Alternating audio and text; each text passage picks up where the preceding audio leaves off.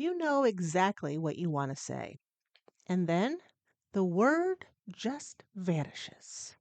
It's right there, almost, but not quite. It could be a name of something you use every day. Maybe it's a word you've known for years. What if it happens in the middle of the conversation and suddenly you're left thinking, why can't I think of it? If this has been happening during perimenopause or menopause, well, guess what? You're not alone. And no, this does not mean something is wrong with your intelligence. Today, we're talking about memory lapses and word finding issues in menopause, why they happen, what hormones have to do with it, and how to support your mind with more compassion and less fear. I'd like to welcome you to MenoSpark, the podcast that helps women reignite their spark through perimenopause and beyond, with a focus on holistic health and wellness. I'm your host, Allie Thies. I'm a board certified sexologist, sex coach, menopause care provider, integrative wellness coach, and I'm certified in integrative functional nutrition. Plus, I'm your go to guide for navigating the wild, weird, and wonderful ride that is midlife. Why? Because I'm doing this full journey without hormones. Oh, yes, I am postmenopausal, no hormones. And if you're new here, welcome. Be sure to hit that follow button so that you never miss an episode. And if you're returning, thank you for being a part of this amazing community. How are you? Ugh, this word missing phenomena that happens with perimenopause and beyond. You've, I'm sure, have noticed it quite a bit here on the MenoSpark podcast because it is one of my biggest pet peeves and a symptom that, quite frankly, just pisses me off to no end. Um, I cannot pronounce words like I used to.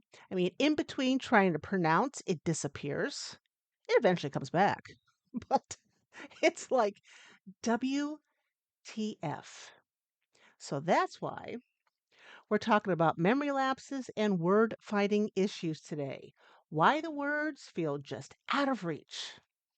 The Thrive pillars that this episode represents is hormonal balance, restorative practices, and tailored nutrition. So, let's start by separating the retrieval lag from true memory loss.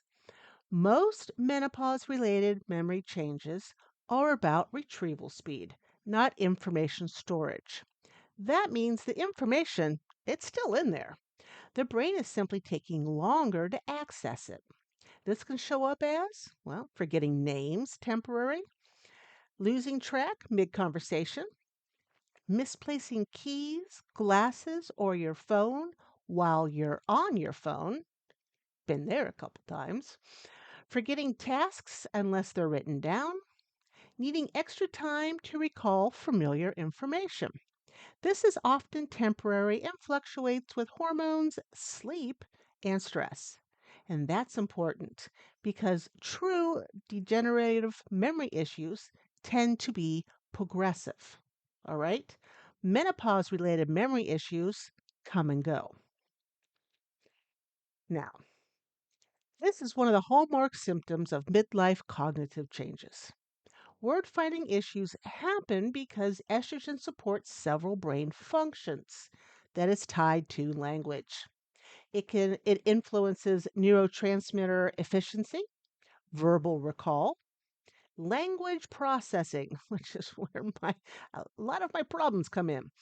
Memory retrieval speed, another issue, and mental flexibility.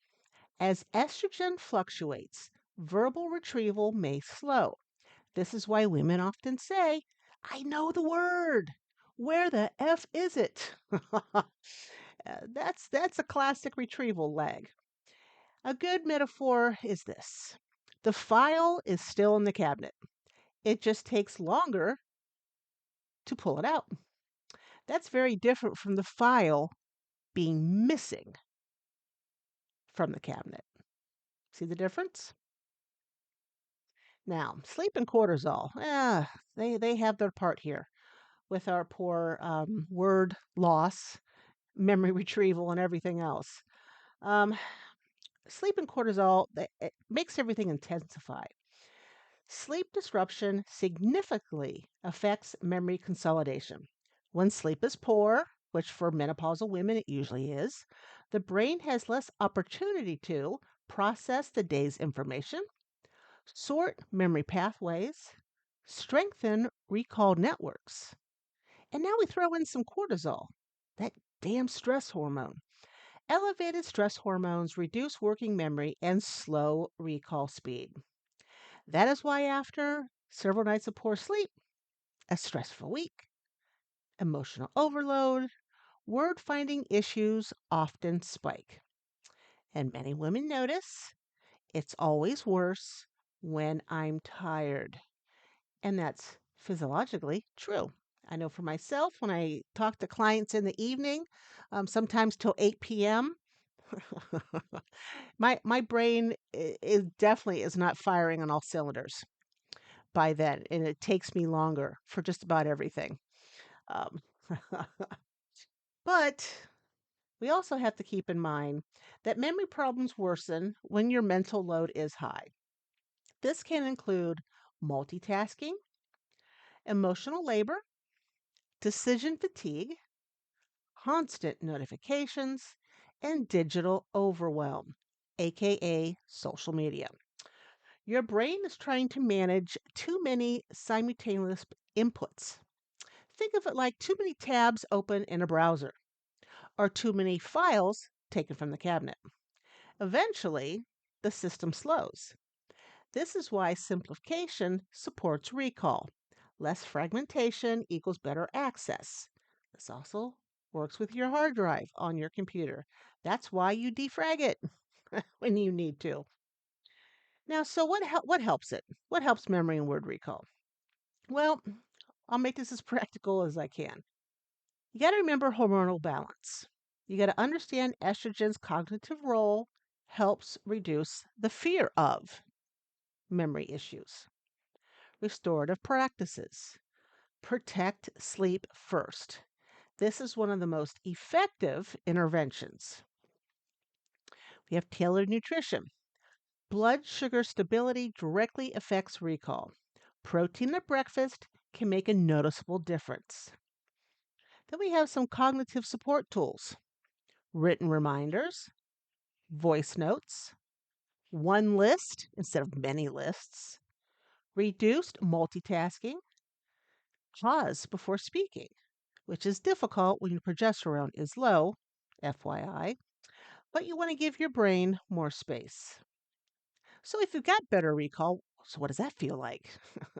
Well, it feels like fewer lost words, smoother conversations, maybe some less frustration, more confidence in the way we look and the way we talk, quicker mental recovery.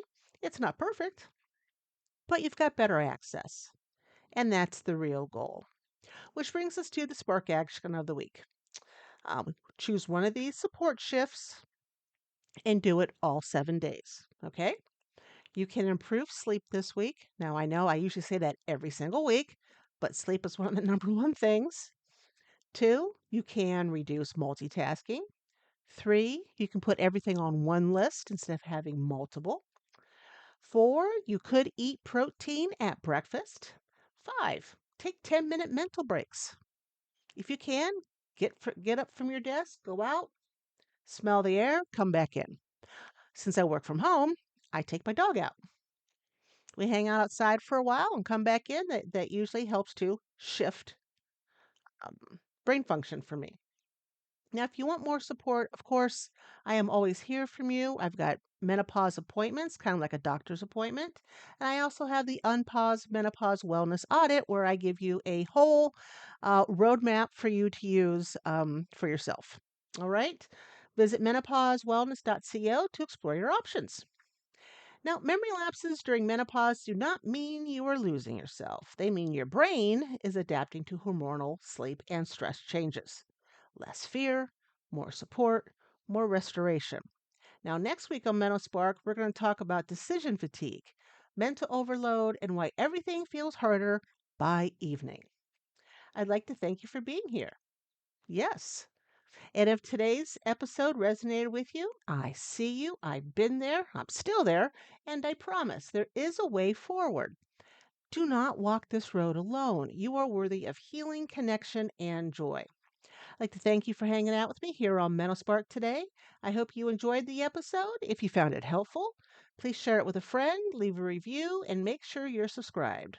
Follow me on Facebook, Instagram, TikTok, and Substack for menopause insights, holistic tools, and new ways to support your spark. And if no one's told you this today, let me be the first to say it. You are fabulous. Until next time, keep that spark alive. You deserve it.